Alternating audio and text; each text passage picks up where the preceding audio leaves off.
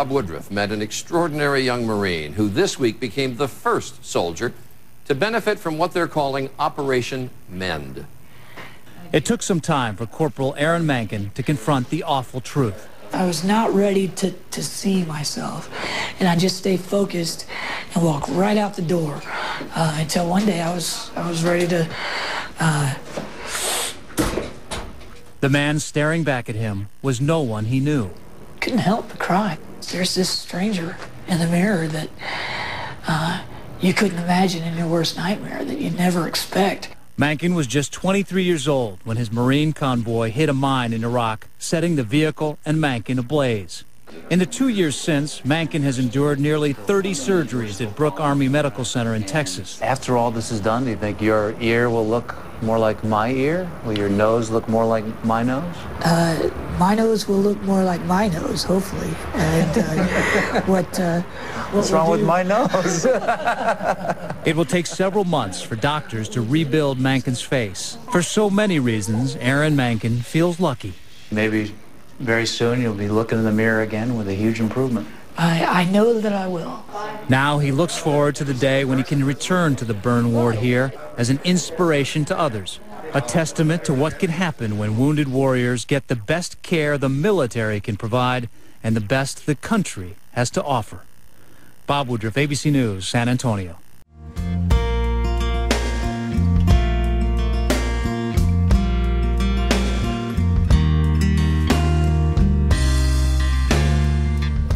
I was born with nasal dysplasia hypertelorism. The eyes are wide apart. It was an appearance when I was little as if there were almost two noses joined together. I'm an identical twin. My twin was unaffected. And we just went from one surgery to the next, to the next, to the next. I rather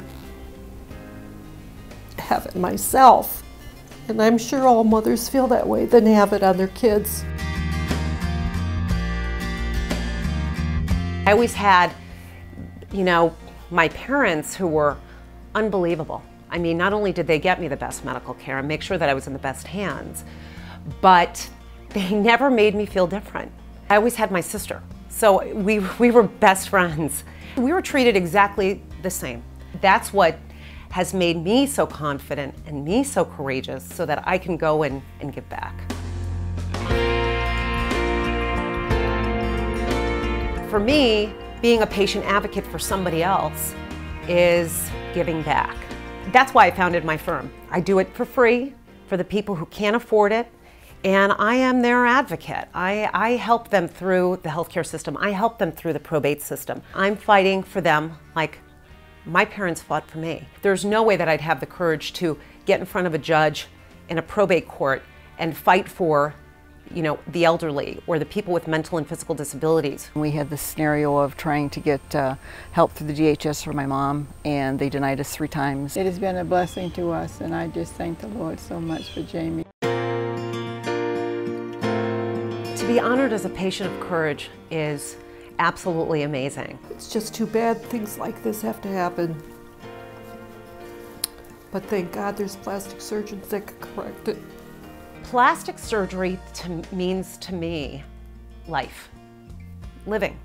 The opportunity to go out and seize the day. If I hadn't have had the surgeries, God only knows.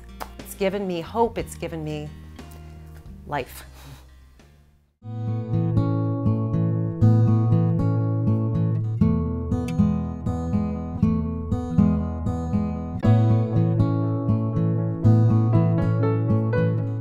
Entrepreneur making millions of dollars a year.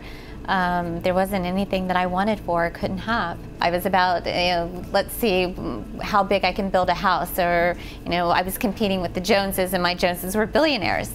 And then along came cancer. Cancer was a huge wake-up call for me, and it's my obligation to go out there and help those that can't help themselves. All of these organizations that I was very interested in raising monies for, we created these 6-minute infomercials, and I sent them out to my guys on Wall Street. We were able to build a colonoscopy suite as a result of that gift from Dee Dee. Some of the other money that she raised was used to help people pay for mammograms, sonograms, and other diagnostic exams related to breast cancer. In the end, many lives were saved. Mary, for instance, when she was first diagnosed, it was great for me to be able to go to her and give her comfort. You know, these are what they're going to look like. This is what they feel like. Just to have somebody sit down and say to you, well, look, here they are. You're going to be fine. And not only fine, they look really good. So it gives you the confidence to say, oh, okay, this isn't, you know, it's not so bad. What happens if I die? How are the boys going to remember me? I started filming. I wanted them to have those moments. I think it's a good thing to do because you can give other people that have breast cancer other advice. She likes helping people, and she always be there for me and John, and we love my mom, and that's why we'd be there for her and she'd be there for us. Part of me created the documentary out of wanting to film my experience through the reconstructive process. I never imagined that it would turn into an actual documentary, much less an HBO documentary. I'm hoping to reach the masses and say, hey, start checking now, you know, so we can save your life.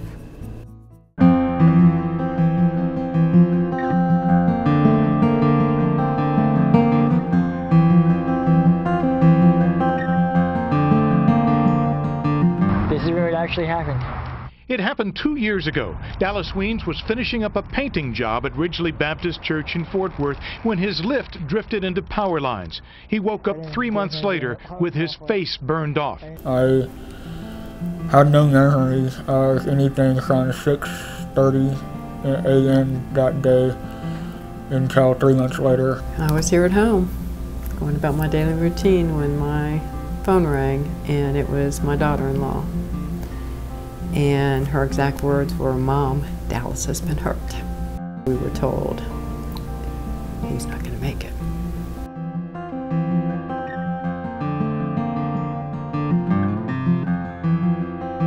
A devastating accident burned Dallas Weens' face off. But thanks to a donor, the young father is the recipient of the first full face transplant here in the U.S., first time in American history. Since the transplant, it's like we can all go and just go out and do something together. If we weren't plastic surgeons, I wouldn't be able to enjoy Scarlett's dance recitals or take her to the park.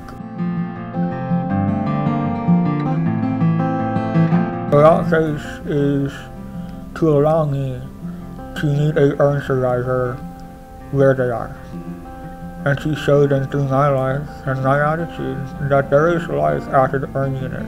I pray one day the financial support to these burn survivors to move forward in their lives. His fortitude and his faith. It's impressive. Very impressive. As a family, we stood on our faith, and in fact, he is still here with us today. The significance of plastic surgery to me is a brand new life. I'm very, very happy and very optimistic about the future.